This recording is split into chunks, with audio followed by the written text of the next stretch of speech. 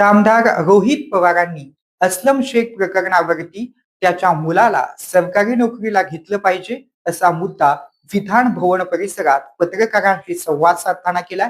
पाहुयात रोहित पवार नेमके काय म्हणाले.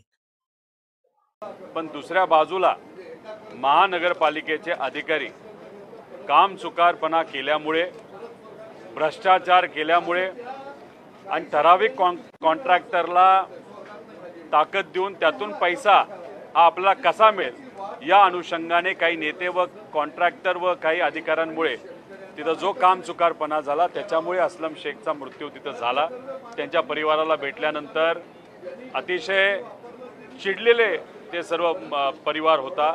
त्यांचं मत होतं की सरकारकडनं छोट्या अधिकाऱ्यांवर कारवाई केली, पण जे खरे कारवाई ज्यांनी अशा चुकीच्या पद्धतीच्या कॉन्ट्रॅक्टरला काम दिलं त्याच्यावर तुम्ही कधी कारवाई करणार, हा एक त्यांचा महत्त्वाचा मुद्दा होता.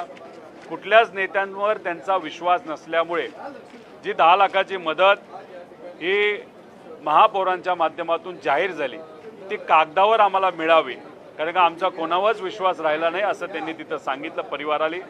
आणि तिसरी महत्त्वाची मागणी त्यांची जी होती, त्यांचा मुलगा म्हणजे अस्लम शेख यांचा मुलगा जो कुठेतरी 21-22 वर्षाचा आहे त्याला नोकरी ही सरकारकडनं दिली गेली पाहिजे अशा त्यांच्या काही मागण्या होत्या.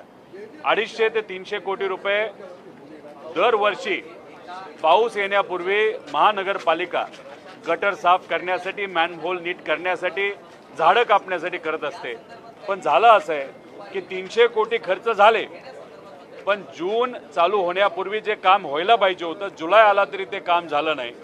आणि मग हा काम चुकारपणा आणि भ्रष्टाचार